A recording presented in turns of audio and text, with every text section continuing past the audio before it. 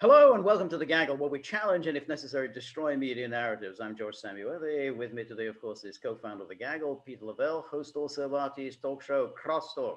Well, Peter, we just talked about the European Union and Russia, but Russia's not the only thing that's preying on the minds of the EU. Something else is worrying the EU worthies. It begins with an H. Yes, that is Hungary. And Hungary is a permanent headache for the European Union leaders. The Dutch Prime Minister said the other day that in his view, Hungary has no business being a member of the EU. So he flat out said it. Hungary has no business being a member. But what's aggravating the EU today isn't what's usually aggravating Hungary's policy toward no immigration whatsoever. No one gets in.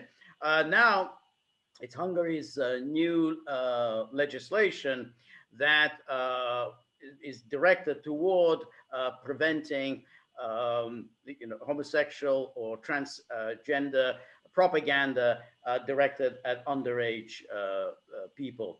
And the EU is absolutely up in arms about their claim. Hungary is violating, its charters and, its values and so on. So we've had a letter that has been signed by, I think, 16 members of the EU condemning what Hungary has done. Interestingly, two of the signatories are Latvia and Lithuania, both of whom, incidentally, are less liberal on gays than Hungary, because neither Latvia nor Lithuania permit gay marriage, but they don't even permit civil unions, same-sex civil unions. Hungary permits same-sex civil unions, but there they were ready to sign on to this condemnation of. Well, they were probably at the buffet. And, yes, hey, yeah, you got a pen? Okay, get pen out. So this is a sign, and in the meantime, now the EU is saying they issued a legal statement, or listing all the violations of the EU laws that Hungary has affected, and they're threatening Hungary with legal action. So Orban is shaking in his boots, right? Exactly, Orban is shaking. Now, it is a sort of an interesting thing. So we have the EU on one day, they're up in arms about Russia, then they're up in arms about Hungary. Now, Hungary is a democracy. I mean, Hungary made a decision. Its elected representatives made a decision.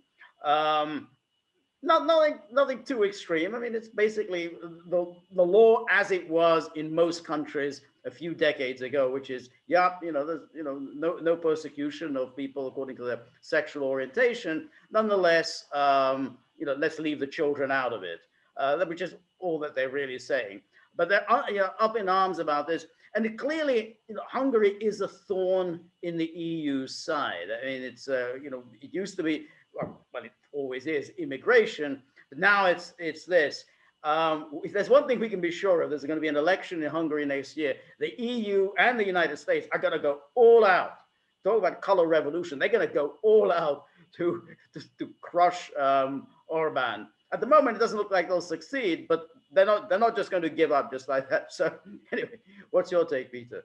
Well, I mean, what is the premise of the EU? It is countries that join a union based on a certain set of values. But then the juxtaposition is that we hear this all the time on social media about community values, community standards. So, I mean, there's no compromise. You think this is one of my biggest frustrations with the EU is they're so uncompromising on things. And this goes into the political realm. I mean, George, maybe I missed it, but has there been a European Union-wide election on political union? If there has been, I missed it. No. I missed it.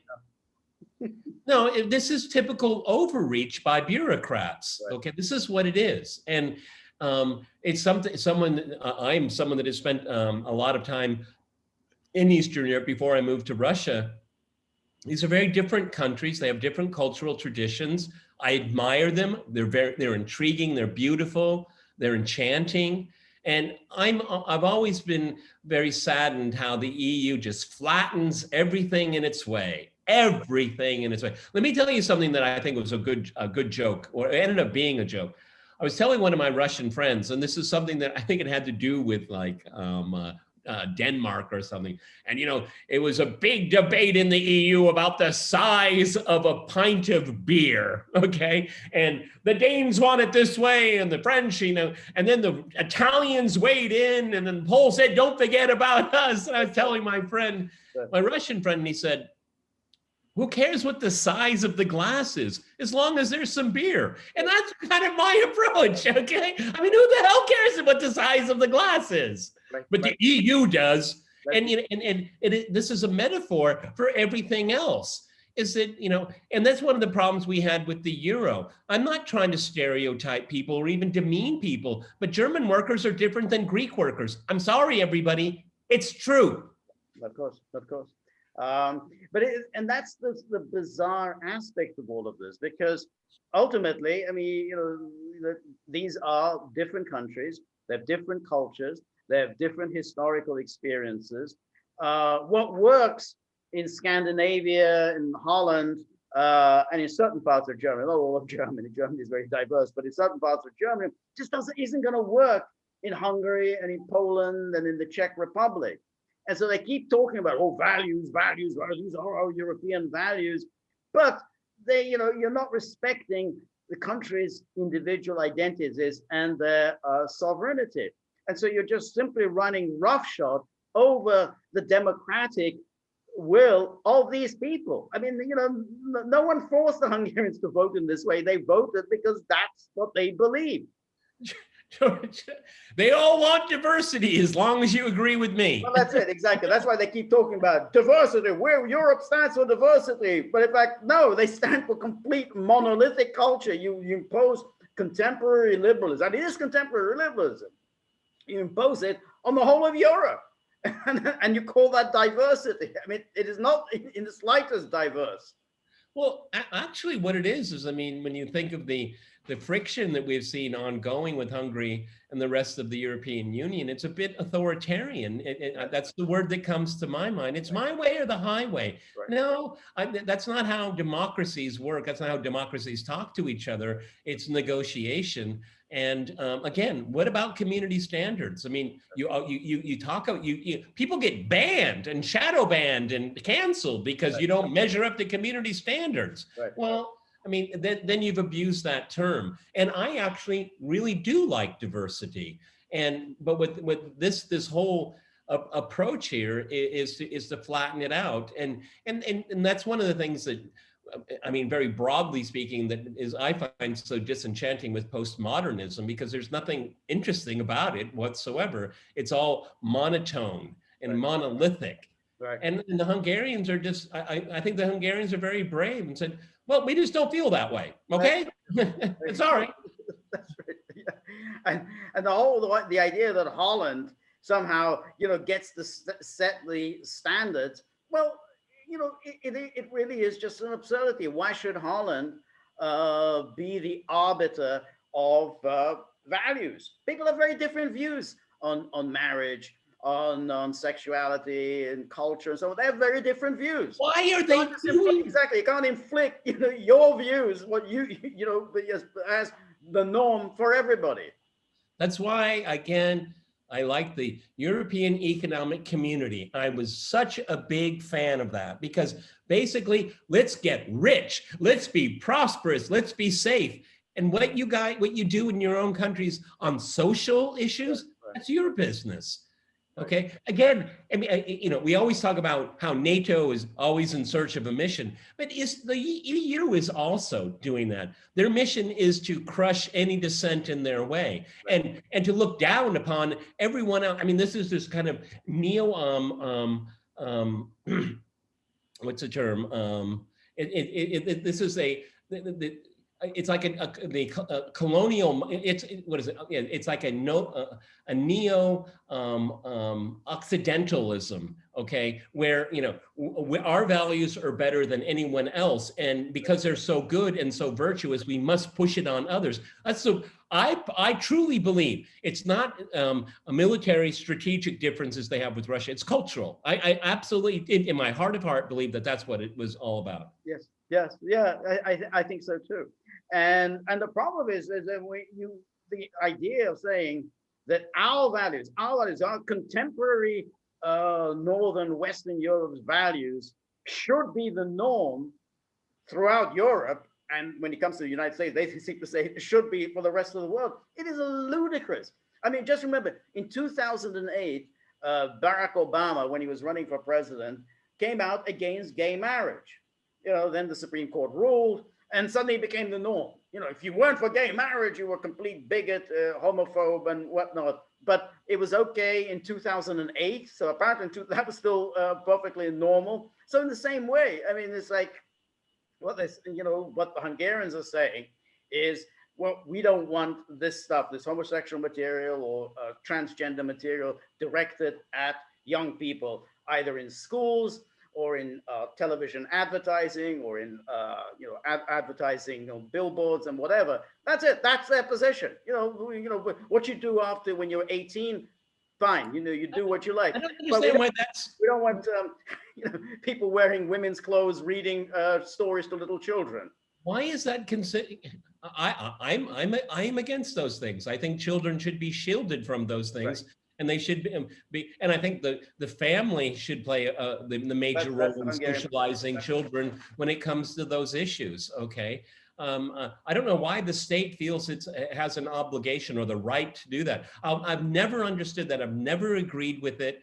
And what it does is it personally, this whole attitude is the destruction of the family, because they want everyone to be part of the state. Okay. That's what they want to do. They want to take the family out of it. And Erdogan is an intensely pro-family a politician, and everybody knows it. That's right. Yeah, that's it. And that's what this whole policy is directed towards, which is it is up to parents to guide their children, to educate their children, to So if parents want to expose their children to material, this homosexual or transgender, the parents can do it. No one's stopping parents from doing it. They just say you don't do it in a public place. So it should be state sanctioned. Yeah, it's simply saying that as you say, it's not going to be state sanctioned. So all they're really doing is strengthening the role of parents in children's upbringing. And again, why is that so terrible? Yeah, I mean, and George and I are very consistent here. Like, for example, the issue of abortion in the United States. Why does the Supreme Court decide on that? Okay, why is the European Union deciding what materials children can be exposed to in the public sphere, in the private sphere? Why? Who gave them the right and control to determine the upbringing of all children all through Europe, as if they're all exactly the same? Right. Yeah, that's right. So, and that's the thing. Yeah, I mean, children are like beer glasses, right? Right. So all of these awful Europeans, like Ursula von der Leyen and the rest of them, all for coming out against Hungary. I mean, they just send out tweet after tweet, issue statement after statement. Merkel has issued a statement, and it is just so ridiculous. I mean, Hungary is not imposing its values on anyone else. I mean, this is entirely internal to Hungary. A democratically elected government has enacted legislation that its voters wanted. I mean, Hungary is not saying Germany should adopt our legislation. But they're just going beside themselves. It's like every day it's like they're issuing a new statement threatening Hungary. All these people do. I swear, George, they must wake up in the middle of the night in a sweat, thinking somebody disagrees with us. Oh my God! Get out the heavy weaponry. Okay, alert. The media. And go and assault. Okay, again, this this fear of dissent, this anger that people say, no, I don't feel that way. That's not the way I live. Okay. And why do you think you have the right to control how I feel about my community? For me, this is just an authoritarian reflex that these people have. Exactly. And moreover, this is something that, unlike the case of the United States, is one that was decided by elected representatives, which is how democracy is supposed to work. Elected representatives pass legislation. It's not left up to the courts to decide what marriage is, or what, whether an abortion is appropriate in the first or the second trimester, and how, and so on. No, that is up to the voters and the voters' representatives. So again, it's entirely in accord with democracy, and what they call values. Values don't seem to have anything much to do with democracy. It's just the values of the elites who think Europe is just their own little playground. Yeah, and what is the value of democracy if you don't honor the wishes of the people? Then what's the point of having it? Yeah.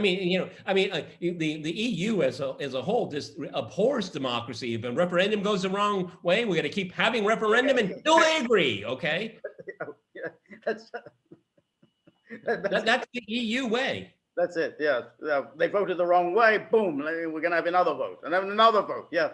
So, no, the last thing they have any respect for is democracy. Diversity, yes, as long as I remember right after the Brexit vote, he said, "I think we should have a vote on the Brexit vote." That's it. No, that was a very good example. It's like the after the Brexit, oh, we're going to have a second referendum. No, you just had a referendum. You've got to implement one referendum before you can have a second one. No, we'll have a second one to overturn the first one. And we'll have a third one just to confirm the second one. Exactly. Okay. All right, everybody. We're on Locals. You can type in the gaggle.locals.com. Our community is growing. It's very dynamic. We're started doing one-on-one interviews on Zoom with our followers, which is turning into be very interesting endeavor. We really much enjoy it. We also, I'm not going to bother Buddy because I picked him up before. We do have a tip jar. We would like you to keep in mind that every little tip, every little bit helps us, because George and I do 2 or 3 videos every single day now. We're really pulling our weight. We're pulling our weight, and so anything you can do to help us would be most appreciated. And these conversations we're having with fellow gagglers are a lot of fun. We're enjoying them immensely, and looking forward to having many more. We're also on Rumble. Look us up there. And remember, if you like the gaggle, please like, share, and subscribe. See you soon. Bye.